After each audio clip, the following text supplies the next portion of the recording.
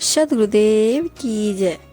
संत रविदास जी का जन्म चमार समुदाय में काशी नगर में हुआ। ये कबीर साहब जी के समकालीन हुआ करते थे। परम भक्त रविदास जी अपना चर्मकार का काम किया करते थे। एक दिन एक ब्राह्मण संत रविदास को रास्ते में मिला और बोला, भक्त जी, आप गंगा स्नान के लिए चलोगे? मैं जा रहा हूँ। संत रविदास जी ने कहा, मन चंगा तो कठौती में गंगा, मैं नहीं जा रहा हूँ। पंडित जी बोले कि आप नास्तिक से हो गए लगते हो, आप उस कबीर जी के साथ क्या रहने लगे हो? धर्म कर्म ही त्याग दिया है। कुछ दान करना हो तो मुझे दे दो, मैं गंगा मैया को दे आऊंगा। रविदास जी ने जेब से एक कौड़ी निकालकर ब्राह्मण जी को दी तथा कहा कि हे विप्र, गंगा जी से मेरी यह कौड़ी देना। एक बात सुन ले, यदि गंगा जी हाथ में कौड़ी ले तो देना, अन्यथा वापस ले आना। यह कहना कि हे गंगा, यह कौड़ी काशी शहर से भक्त रविदास ने भेजी है, इसे ग्रहण करे। पंडित जी ने गंगा दरिया पर खड़ा होकर ये शब्द कहे तो गंगा के किनारे के पास से भक्त की कौड़ी हाथ निकाल कर ली और दूसरे हाथ से पंडित जी को एक स्वर्ण का कंगन दिया जो अति सुंदर व बहुमूल्य था। गंगा ने कहा कि यह कंगन परम भक्त रविदास जी को देना, कहना कि आपने मुझ गंगा को कृतार्थ कर दिया अपने हाथ से प्रसाद देकर। मैं संत को क्या भेंट दे सकती हूँ, यह तुझ भेंट स्वीकार करना। पंडित जी ने उस कंगन को लेकर चल पड़ा। पंडित जी के मन में लालच हुआ कि यह कंगन राजा को दूंगा, राजा इसके बदले में मुझे बहुत धन देगा। वह कंगन पंडित जी ने राजा को दिया जो अद्भुत कंगन था।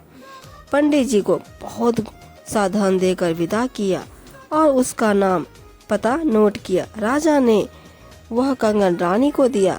रानी ने कंगन देखा तो अच्छा लगा, ऐसा कंगन कभी नहीं देखा। रानी ने कहा कि एक कंगन ऐसा और चाहिए, जोड़ा होना चाहिए। राजा ने उसी पंडित को बुलाया और कहा कि जैसा कंगन पहले लाया था वैसा ही एक और ला कर दो, जो धन कहेगा वही दूंगा, यदि नहीं लाया तो सपरिवार मौत के घाट उतारा जाएगा। उस धोखेबाज के सामने पहाड़ जैसी समस्या खड़ी हो गई।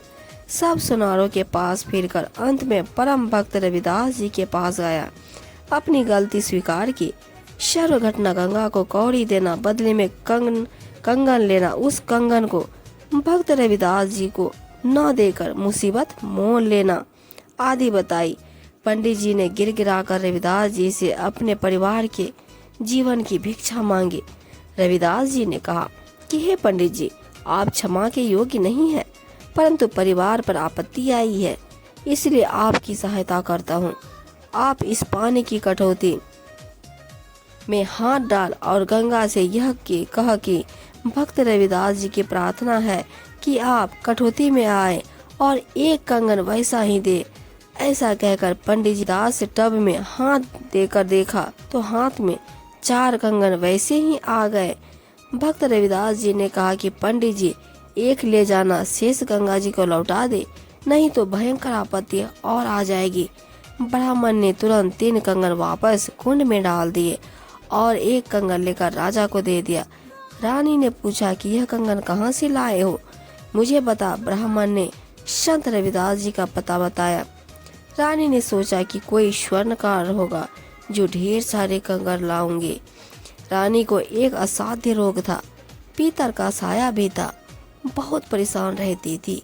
सब जगह उपचार करवा लिया था, साधु संतों का आशीर्वाद भी ले चुकी थी, परंतु कोई राहत नहीं मिल रही थी।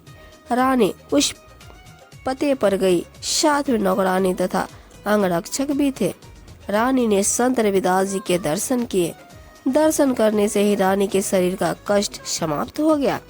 रानी को ऐसा एहसास हुआ जैसे सिर से भारी भार उतर गया हो। रानी ने संत जी के तुरंत चरण छुए।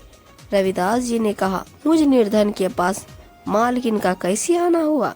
रानी ने कहा कि मैं तो सुनार की दुकान समझकर आई थी गुरुजी, मेरा तो जीवन धन्य हो गया। रोग के कारण मेरा जीवन नरक बना था, आपके दर्शन से मैं स्वस्थ हो गई हूँ। मैं इसके उपचार के लिए कोई कसर नहीं छोड़ी थी, परंतु कोई लाभ नहीं हो रहा था। संत रविदास जी ने कहा कि हे बहन जी, आपके पास भौतिक धन तो पर्याप्त है, यह आपके पूर्व जन्म के पुण्यों का फल है। भविष्य में भी सुख प्राप्ति के लिए आपको वर्तमान में पुण्य करने पड़ेंगे। अध्यात्म धन संग्रह करो। रानी ने कहा कि संत जी, मैं बहुत दान धर्म करती हूँ। महीने में पूर्णमासी को भंडारा करती हूँ।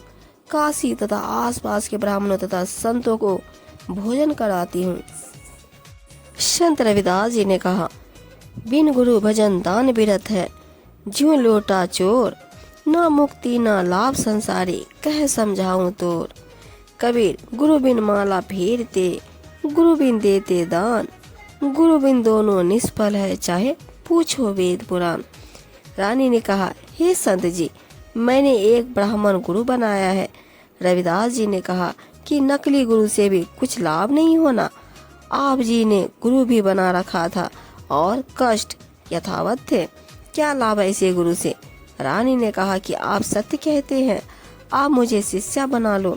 रविदास जी ने रानी को प्रथम मंत्र दिया। रानी ने कहा, गुरु जी, अब की पूर्णमासी को आपके नाम से भोजन भंडारा करूंगे। आप जी मेरे घर आना। निश्चित तिथि को रविदास जी राजा के घर पहुँचे। पूर्व में आमंत्रित 700 ब्राह्मण भी भोजन भंडारे में पहुँचे। भंडारा शुरू हुआ। रानी ने अपने गुरु रविदास जी को अच्छे आसन पर बैठा रखा था। उसके साथ 700 ब्राह्मणों को भोजन के लिए पंक्ति में बैठने के लिए निवेदन किया। ब्राह्मण कई पंक्तियों में बैठे थे। भोजन सामने रख दिया था। उसी समय ब्राह्मणों ने देखा कि रविदास जी अछूत जाति वाले साथ में बैठे हैं।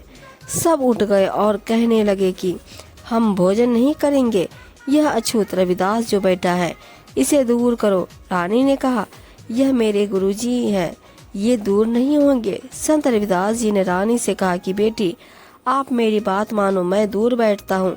रविदास जी उठकर ब्राह्मणों ने जहाँ जूती निकाल रखी थी उनके पीछे बैठ गए। पंडित जी भोजन करने बैठ गए। उसी समय रविदास जी के 700 रूप बने और प्रत्येक ब्राह्मण के साथ थाली में खाना खाते दिखाई दिए। एक ब्राह्मण दूसरे को कहता है कि आपके साथ एक शूद्र रविदास भोजन कर रहा है, छोड़ दे इस भोजन को। सामने वाला कहता है कि आपके साथ भी भोजन कर रहा है। इस प्रकार प्रत्येक के साथ रविदास जी भोजन खाते दिखाई दिए। रविदास जी दूर बैठे कहने लगे कि हे ब्राह्मणगण, मुझे क्यों बदनाम करते हो? देखो, मैं तो यहाँ बैठा हूँ।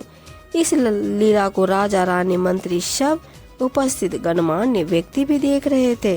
तब रविदास जी ने कहा कि हे ब्राह्मण, कर्म से होता है, जाति से नहीं। अपने शरीर के अंदर स्वर्ण का जनेऊ दिखाया।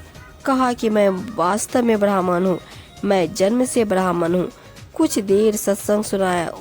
उस समय 700 ब्राह्मणों ने अपने नकली जनेऊ, कच्चे धागे की डोर जो गले में तथा कांख के नीचे से दूसरे कंधे पर बांधती रखती है, तोड़ कर फेंक दिया और संत रविदास के शिष्य हुए।